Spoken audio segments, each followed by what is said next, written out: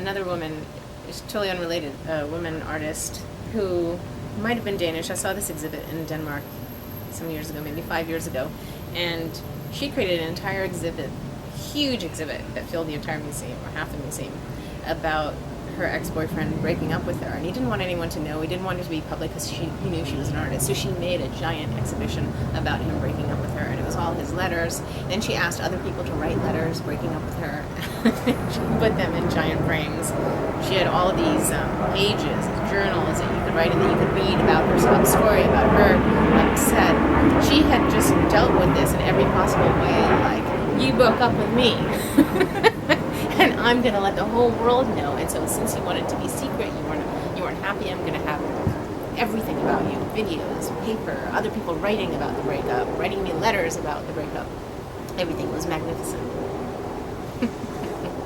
Art and writing can be transformative like that. I mean, you were talking about that earlier, about anguish, and anguish can work its way through a poem and become something. I totally do. I feel often, over the years when I used to write poems, and often you do it when you're full of longing, or you do break up with someone and you're in a space that's not necessarily happy. I find it very hard to write in a happy space, and usually the unhappy space coincides not necessarily with big events of life when you're young, like a death, which I write out of, but breakups or sadness or loss of some kind. I do think most poetry, like I think it was Chekhov maybe said, or maybe it was someone else who said, it's a Russian writer who said that most books are about loss, and I do think it's true. So what was the question again?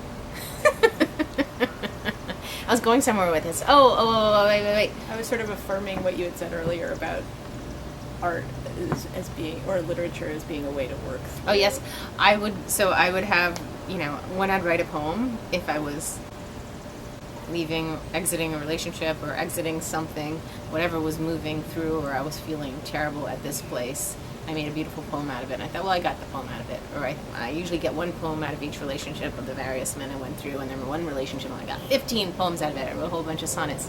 And I was like, well, this is now transformed. Look what I got out of it. Look what I got out of that horrible misery and that complete jerk. But I do think that you get something out of it. If you make art out of something, I do think that you take away the bad stuff and you've actually used it. You've transformed yourself. You've created something, and there's nothing more important than creating something that's good and that takes it in a surprising way, rather than just, screw you.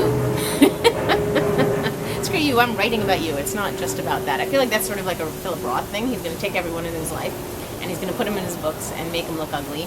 And that's his big scream to everyone else. That's his ha-ha, I got you.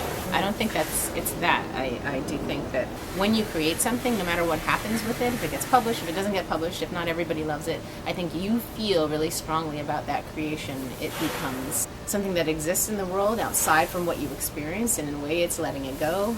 But whatever it was that led you there to create this great poem or story or dialogue was worth it.